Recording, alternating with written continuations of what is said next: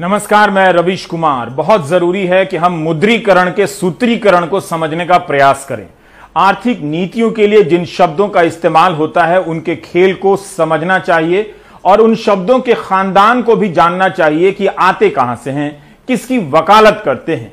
नीति आयोग की उस press conference में जिन शब्दों का इस्तेमाल हुआ उसे फिर से सुनते हैं ताकि हम समझ सकें कि किन शब्दों के जरिए इस नीति के विकेट को बचाया जा रहा है। ऐसे ऐसे शब्दों का इस्तेमाल होता है जिसे दिल्ली यूनिवर्सिटी के छात्र गोला गिराना कहते हैं। पहले जो गिराया जा रहा है उसे सुनिए, फिर आगे की यात्रा जारी रखते हैं। To enhance for better operation, utilization, much better utilization, faster, rapid infrastructure, greater productivity, better efficiency, huge efficiency, a better managed in the most appropriate manner. भारतीय परंपरा में देवी देवताओं के सहस्त्र नाम का चलन है। उसी तरह 5-6 लोगों के हाथ में सारी पूंजी पहुंचाने वाली आर्थिक नीतियों के एक ही खेल के लिए अलग अलग नाम होते हैं, हजारों। मिसाल के तौर पर efficiency, better management, utilization, greater value, greater productivity इत्यादि आदि आदि। हमने इसी हफ्ते के प्राइम टाइम में एफिशिएंसी शब्द और उसके बहाने प्राइवेट सेक्टर की डेफिशिएंसी पर बात की, लेकिन हमें नहीं पता था कि बिजनेस की पढ़ाई के सबसे बड़े सेंटर में इस एफिशिएंसी की ही पोल खोली गई है। हार्वर्ड बिजनेस रिव्यू की वेबसाइट पर एक लिंक चटकाया तो यह खुल गया, the high price of efficiency. Efficiency यानी उच्चतम कार्य क्षमता की ऊंची कीमत। कीमत क्या है और कौन चुकाएगा, इसके बारे में रॉबर्ट मार्टिन विस्तार से बताते हैं कि कैसे इस एफिशिएंसी की अवधारणा को तमाम वित्तीय संस्थाओं से लेकर बिजनेस स्कूलों के छात्रों की हड्डियों में घुसा दिया गया है कि चीजें बर्बाद ना हो, अधिक से अधिक उनका इस्तेमाल हो। कई तरह से यह बात ठीक भी लगती है, लेकिन जरूरत से ज्यादा एफिशिएंसी पर जोर देना खतरनाक भी हो जाता है। सबसे पहले हमें यह पता करना चाहिए कि आर्थिक क्रियाकलापों के जो इनाम होते हैं, रिवॉर्ड होते हैं, वो किन किन लोगों में किस तरह से बांटे जाते हैं। अगर आप इतना समझ लेंगे तो एफिशिएंसी के नाम पर हो रहे खेल को समझ जाएंगे। हार्वर्ड बिजनेस रिव्यू में रॉबर्ट मार्टिन लिखते हैं कि एफिशिएंसी से खतरनाक नकारात्मक परिणाम पैदा हो सकते हैं, क्योंकि जितनी अधिक एफिशिएंसी होगी उससे असमानता बढ़ती जाएगी। कैसे बढ़ेगी? जैसे ये एक कार कंपनी की फैक्ट्री है। पहले यहां लोग काम करते थे, अब रोबोट काम करते हैं। रोबोट को संडे की छुट्टी नहीं देनी होती, ना ही इसके लिए प्रोविडेंट फंड कटता है। यही कारण है कि ऑटोमोबाइल सेक्टर में रोजगार पहले से घट रहे हैं। कारें तो बिक रही हैं, लेकिन काम कम हो रहा है। इसी तरह आम फैक्ट्रियों और कंपनियों में ज्यादातर काम अब सीमित कौशल के बचे हैं, जिसे कोई भी कर सकता है और कभी भी कर सकता है। इनकी मजदूरी बहुत कम होती है, नौकरी ठेके की होती है।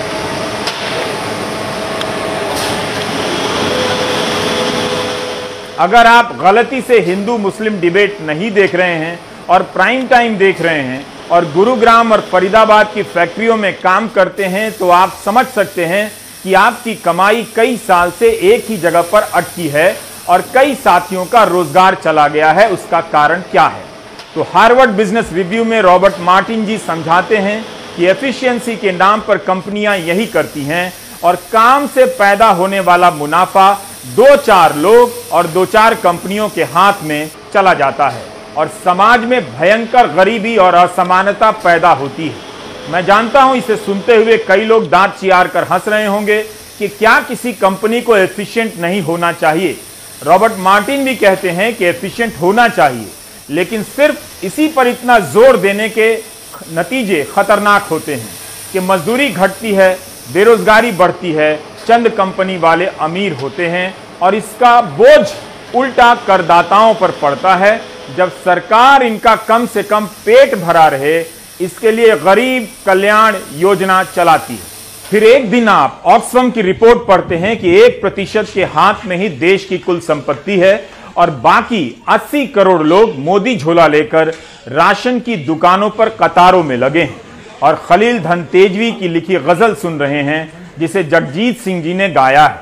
अब मैं राशन की कतारों में नजर आता हूं, अपने खेतों से बिछड़ने की सजा पाता हूं। इस गजल को सुनते ही आप जगजीत सिंह की तारीफ तो करते हैं, लेकिन भूल जाते हैं कि आपकी यह हालत उन आर्थिक नीतियों ने की जिसे आप समझना नहीं चाहते थे और हिंदू मुस्लिम डिबेट में पीएचडी करने में लगे थे।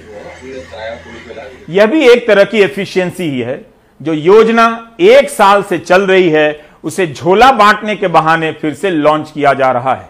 जनता के पैसे से जनता को अनाज दिया जा रहा है और बताया जा रहा है कि मुफ्त अनाज योजना है। तस्वीर बेगूसराय की है, भीड़ जुटाई गई है। यहां पर लोगों को यह झोला दिया जा रहा है जिस पर कमल के निशान है। इस कार्यक्रम को झोला वितरण समारोह बताया गया है। इस झोले पर मंत्री, विधायक, प्रधानमंत्री की तस्वीर है, जबकि यह योजना सरकार की है। सरकार ने पहले झोले पर मोदी जी की तस्वीर लगाई, उसका विज्ञापन छपवाया और अब तो बीजेपी के चुनाव चिन्ह का झोला बांटा जा रहा है। ये वो गरीब लोग हैं जिनकी गरीबी का डेटा सरकार नहीं देती है, लेकिन जिनके वोट के लिए झोला देती है।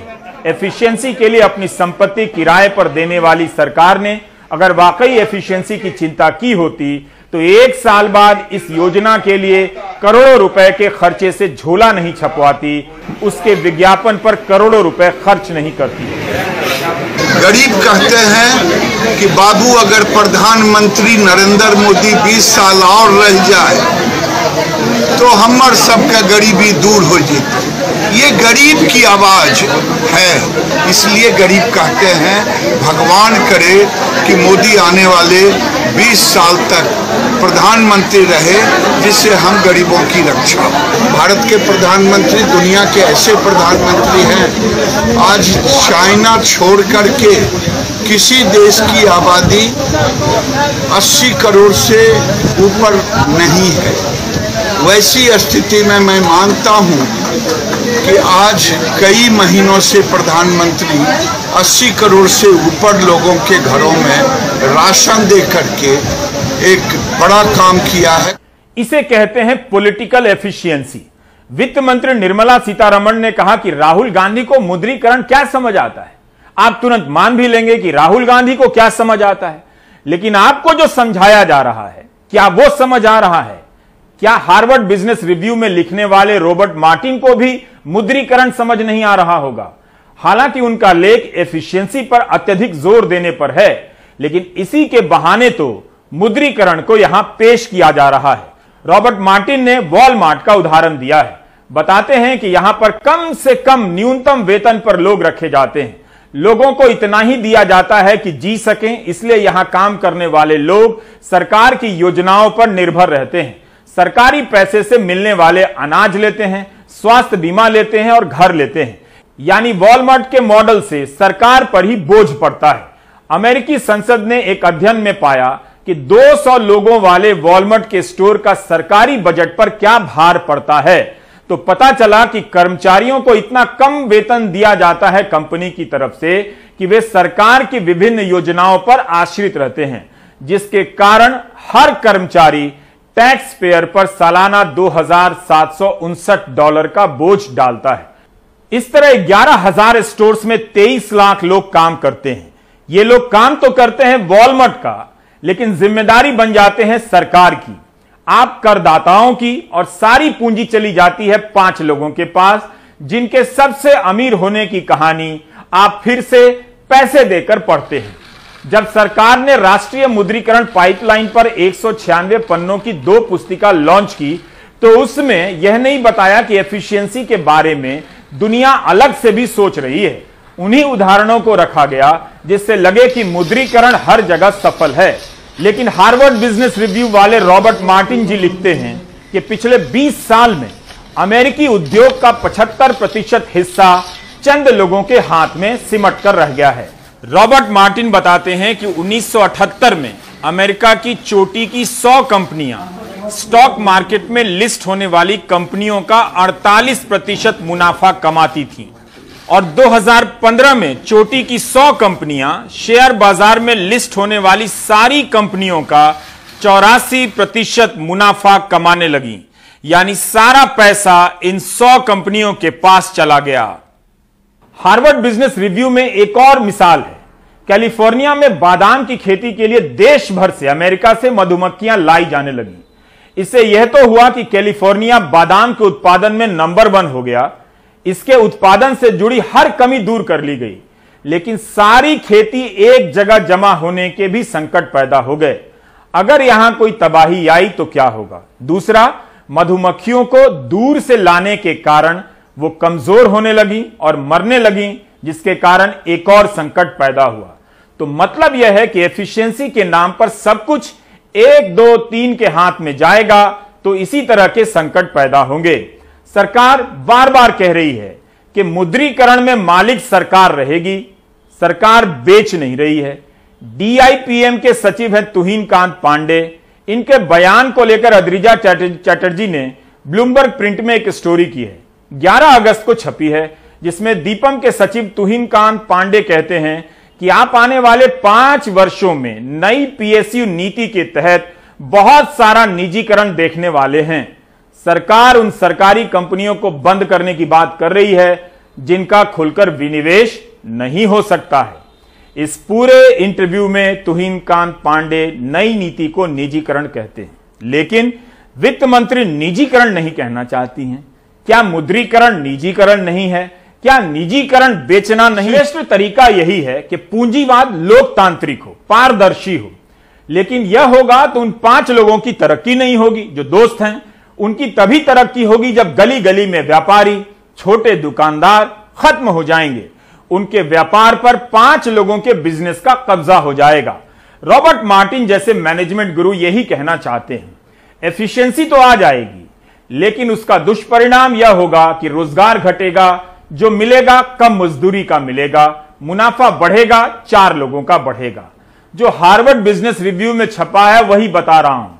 इस संस्थान का कभी प्रधानमंत्री ने मजाक उड़ा दिया था कि हार्वर्ड वाले हार्ड वर्क क्या करना जाने। अब वही हार्वर्ड वाले सरकारी संपत्तियों को निजी हाथों में सौंपने के लिए कितना हार्ड वर्क कर रहे हैं। देश ने देख लिया हार्डवेयर वालों की सोच क्या होती है, हार्ड वर्क वालों की सोच क्या होती है, ये देश ने देख लिया। एक तरफ वो विद्वानों की जमात है जो हार्डवेयर का, जो हार्वर्ड यूनिवर्सिटी के नाम पर बात करते हैं, एक और गरीब मां का बेटा है जो हार्ड वर्क के द्वारा देश की अर्थनीति बदलने पर लगा हुआ है। भाइयों,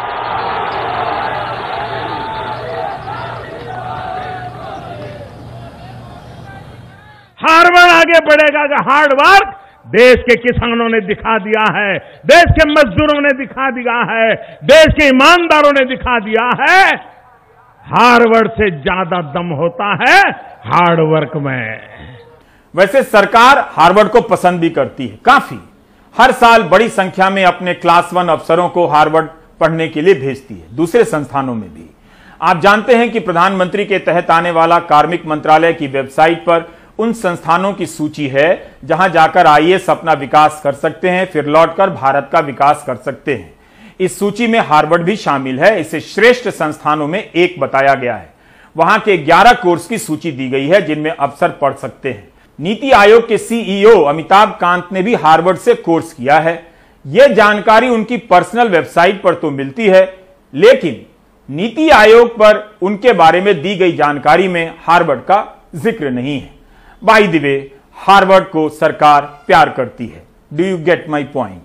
अनिंद्य चक्रवर्ती ने अपने ट्विटर हैंडल पर राष्ट्रीय मुद्रीकरण पाइपलाइन को लेकर कुछ सवाल उठाए हैं। उनका कहना है कि वे जवाब नहीं जानते हैं, लेकिन कुछ सवाल पूछ रहे हैं। जैसे एनएमपी का कहना है कि सरकारी टेलीकॉम कंपनी के पास 35,100 करोड़ की संपत्ति है। इतना पैसा प्राइवेट सेक्टर के साथ साझेदारी से हासिल किया जाएगा। इसका मतलब यही हुआ कि टेलीकॉम सेक्टर में प्राइवेट सेक्टर बहुत अच्छा कर रहे होंगे। तब फिर वोडाफोन आइडिया दिवालिया क्यों है?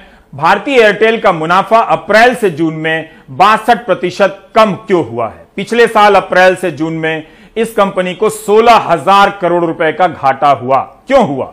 तो किस कंपनी को सरकारी टेलीकॉम संपत्ति लीज पर मिलेगी जिससे फायदा होगा? इतना भी टफ क्वेश्चन नहीं है कि आप जवाब नहीं जानते हैं। अनिंद्यो ने एक और सवाल कर दिया है जो बेसी खतरनाक है। 8,000 किलोमीटर लंबी गैस लाइन का मुद्रीकरण होने वाला है। गेल और पेट्रोलियम मंत्रालय की प्राकृतिक गैस लाइन की पाइप को लीज पर दिया जाएगा, जिससे सरकार को 24,000 करोड़ आएगा। क्या आप उन प्राइवेट कंपनियों का नाम बता सकते हैं जो भारत में प्राकृतिक गैस के क्षेत्र में काम करती हैं? ये ऑन इंडिया पूछते हैं। इस फैसले से किन कंपनियों के शेयर के दाम ऊपर चढ़े हैं, यह पता करना मुश्किल नहीं, थोड़ी मेहनत आप भी कीजिए। ऐसा नहीं है कि प्राइवेट सेक्टर एफिशिएंट नहीं होता है, लेकिन सिर्फ इसी सेक्टर को संसाधनों का बेहतर इस्तेमाल आता है, यह बोगस प्रोपेगेंडा है। संयुक्त राष्ट्र के यूएनडीपी का 2015 का एक पेपर है, पेपर ऑन एफिशिएंसी। इसमें इसी को लेकर आगाह किया गया है कि क्या प्राइवेट सेक्टर ज्यादा एफिशिएंट होता है। उच्चतम श्रेणी की कार्यक्षमता को हासिल करने के लिए अक्सर कंपटीशन का उदाहरण दिया जाता है कि निजीकरण से कंपटीशन होगा और एफिशिएंसी आएगी। 2013 में सरकारी और प्राइवेट सेक्टर की एफिशिएंसी का एक तुलनात्मक अध्ययन किया गया था। इसमें पाया गया है कि औद्योगिक देशों में निजीकरण से एफिशिएंसी में कोई खास सुधार नहीं आएगा। ब्रिटेन, चिली और पोलैंड में निजीकरण से एफिशिएंसी में खास तेजी नहीं आई, एकाधिकार बनने से कमी ही आती है। यही बात राहुल गांधी भी कह रहे हैं, लेकिन वित्त मंत्री के अनुसार राहुल गांधी को मुद्रीकरण की समझ ही क्या है। अब यहां पे ये सारे के सारे प्राइवेटाइजेशन मोनोपोली बनाने के लिए करे जा रहे हैं, सारे के सारे। मैंने आपको नाम दिया है, power, telecoms, warehousing, mining, airports, ports, ये सब मोनोपोली बनाने के लिए किया जा रहा है। आप जानते हो पोर्ट्स किसके हाथ में है, एयरपोर्ट किसको मिल रहे हैं। तो हम कहते हैं प्राइवेटाइज कीजिए, मगर देश को नुकसान मत पहुंचाइए। इस देश में जो छोटे बिजनेसेस होते हैं, मिडिल साइज बिजनेसेस होते हैं, जो आपको रोजगार देंगे कल, वो सब बंद हो जाएंगे, खत्म हो जाएंगे। 3-4 बिजनेसेस रहेंगे, इनको एम्प्लॉयमेंट देने की कोई जरूरत नहीं रहेगी और आपको रोजगार नहीं मिलेगा। दिक्कत यह है कि कांग्रेस की आर्थिक नीतियां भी इसी के आसपास घूमती हैं। दोनों एक ही स्कूल के विद्यार्थी हैं। यही कारण है कि बीजेपी के लिए कांग्रेस की आलोचना को ठुकराना बहुत आसान हो जाता है। आप संसदीय समिति की रिपोर्ट पढ़िए तो हर दल के सांसद मुद्रीकरण से सहमत नजर आएंगे। हमने अनगिनत कार्यक्रम किए हैं यह बताने के लिए कि पुलिस के अफसरों के लिए किसी बेकसूर को फंसा देना, महीनों वर्षों तक जेल में डाल देना, उसकी जिंदगी बर्बाद कर देना आसान हो गया है। अगर फर्जी केसों में फंसाए गए लोगों का डेटा देखेंगे तो पता चलेगा कि हर जाति और धर्म के लोगों को तबाह किया गया है, हर सरकार में और हर राज्य में, हर साल में। उमर खालिद और शर्जिल इमाम का ही केस लीजिए। शर्जिल इमाम के वकील तनवीर अहमद ने दलील दी है कि शर्जिल के भाषण में कहीं भी हिंसा फैलाने का आह्वान नहीं था, इसलिए उन पर देशद्रोह का आरोप नहीं बनता है। उमर खालिद के वकील त्रिदीप पेस ने अतिरिक्त सत्र न्यायाधीश अमिताभ रावत के सामने दलील दी है कि दिल्ली पुलिस ने उमर के खिलाफ जो केस बनाया है वो रिपब्लिक टीवी और न्यूज 18 के द्वारा चलाए गए वीडियो के एक छोटे से क्लिप के आधार पर है। उमर के वकील ने कहा कि उमर खालिद ने 17 फरवरी 2020 को महाराष्ट्र के अमरावती में एक भाषण दिया, मगर चैनल ने भाषण का छोटा सा ही हिस्सा चलाया। इसके सिवाय दिल्ली पुलिस के पास इस केस में कोई और सबूत नहीं है। पेस ने कहा कि उमर ने अपने भाषण में एकता का संदेश दिया था, जिसे न्यूज 18 ने नहीं दिखाया। रिपब्लिक टीवी ने स्वीकार किया है कि चैनल ने यह वीडियो खुद नहीं रिकॉर्ड किया था, बल्कि बीजेपी नेता और पार्टी के आईटी सेल के चीफ अमित मालवीय के ट्वीट से लिया था। त्रिदीप पेस ने कहा कि यह पत्रकारिता की मौत है। उमर ने अपने बयान में कहा है कि मुझे प्रेस ने फंसाया है। आप मेरी बात याद रखते होंगे कि भारत का मीडिया भारत के अर्जित लोकतंत्र की हत्या कर रहा है। आईटी सेल के चीफ के ट्वीट से वीडियो क्लिप लेकर दिल्ली पुलिस किसी को जेल में बंद कर देती है, यूएपीए लगा देती है, महीनों जेल में वो बंद हैं। मामला अभी अदालत में है, लेकिन क्या पुलिस के पास यही वीडियो क्लिप है सबूत के तौर पर? यह पता चलेगा जब सितंबर के प्रथम सप्ताह में इस पर सुनवाई होगी। इसका जिक्र इसलिए किया कि भारत के मुख्य न्यायाधीश एनवी रमना ने आज कहा है कि पुलिस अफसरों का सत्ताधारी दलों के साथ गठजोड़ का ट्रेंड बन गया है और यह परेशान करने वाला है। चीफ जस्टिस की यह बात सही लगती है। मैंने इन दिनों एक किताब पढ़नी शुरू की है, the silent coup, a history of India's deep state. 699 रुपए की इस किताब में मशहूर पत्रकार जोशी जोसेफ पूरा इतिहास बता रहे हैं कि कैसे कांग्रेस के जमाने से लेकर आज तक सिस्टम के भीतर पुलिस अफसरों ने अपने फायदे के लिए संविधान की प्रतिज्ञा को भुलाकर खतरनाक काम किए। आतंकवाद के नाम पर किसी बेकसूर को उठाकर एनकाउंटर कर दिया तो किसी को आतंकवादी बताकर वर्षों जेल में सड़ा दिया। संविधान की शपथ लेने वाले ये वो लोग हैं जिन्होंने लोकतंत्र को भीतर से खोखला कर दिया है। जोशी जोसेफ अपने इस किताब में कहते हैं कि इन बातों को जाने बगैर आप लोकतंत्र के संकट को समझ ही नहीं सकते हैं। यह किताब अंग्रेजी में है, अमेज़न वगैरह पर मिलती है। हमने कल के ही प्राइम टाइम में देखा था कि फर्जी मामलों में फंसाने के इस खेल से परेशान लोग खुद को जला ले रहे हैं। चीफ जस्टिस एनवी रमना लगातार सिस्टम को लेकर सवाल उठा रहे हैं। आज उन्होंने कहा कि पुलिस अफसर सत्ता में मौजूद राजनीतिक पार्टी का फेवर लेते हैं, कृपा प्राप्त करते हैं और उनके विरोधियों के खिलाफ कार्रवाई करते हैं। बाद में विरोधी सत्ता में आते हैं तो पुलिस अफसरों पर कार्रवाई करते हैं। इस हालात के लिए पुलिस विभाग को ही जिम्मेदार ठहराना चाहिए। उनको कानून के शासन पर टिके रहना चाहिए। इसे रोकने की जरूरत है। आज ही जम्मू कश्मीर हाईकोर्ट का एक फैसला आया है। हाईकोर्ट ने कहा है कि प्रेस की आवाज को दबाने के लिए एफआईआर एक मॉडल बन गया है। पत्रकार आसिफ इकबाल नायक ने 19 अप्रैल 2018 को जम्मू के अखबार अर्ली टाइम्स में एक रिपोर्ट छापी। अख्तर हुसैन नाम के एक शख्स के साथ पुलिस हिरासत में टॉर्चर हुआ था। पुलिस ने इस रिपोर्ट के 4 हफ्ते के बाद पत्रकार पर ही केस कर दिया। इल्जाम लगाया कि वो लोगों को सड़क रोकने और सरकारी संपत्ति को नुकसान पहुंचाने के लिए उकसा रहे थे। आसिफ ने इस एफआईआर को हाईकोर्ट में चुनौती दी। जस्टिस रजनीश ओसवाल ने कहा कि आसिफ की रिपोर्ट के खिलाफ पुलिस अपनी तरफ से अपना पक्ष मीडिया में रखने की कोशिश कर सकती थी, मगर पुलिस ने आसिफ को चुप कराने का एक नायाब तरीका निकाल लिया, जो कि निसंदेह प्रेस की आजादी पर हमला है। जस्टिस ओसवाल ने यह भी कहा कि जिन धाराओं के तहत एफआईआर की गई है उसका केस हमारे देश में किसी को फर्जी मामलों में फंसा देना, फंसाकर जेल में बंद कर देना आसान हो गया है। अच्छी बात है कि हाल के दिनों में हाई कोर्ट और सुप्रीम कोर्ट के भीतर से इसे लेकर आवाजें आ रही हैं। यह दिन भी आना चाहिए कि अपने सियासी मास्टर के इशारे पर लोगों को तबाह करने वाले ऐसे अफसरों के खिलाफ कड़ी कार्रवाई हो और ऐसा किसी के साथ ना हो, सिस्टम बने, जो कि कभी नहीं बनेगा।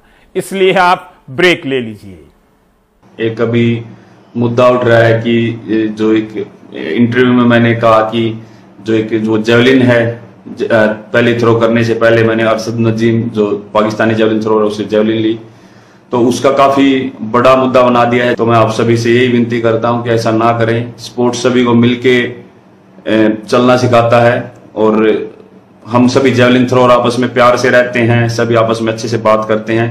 तो कोई भी ऐसी बात ना कहें जिससे हमको ठेस पहुंचे।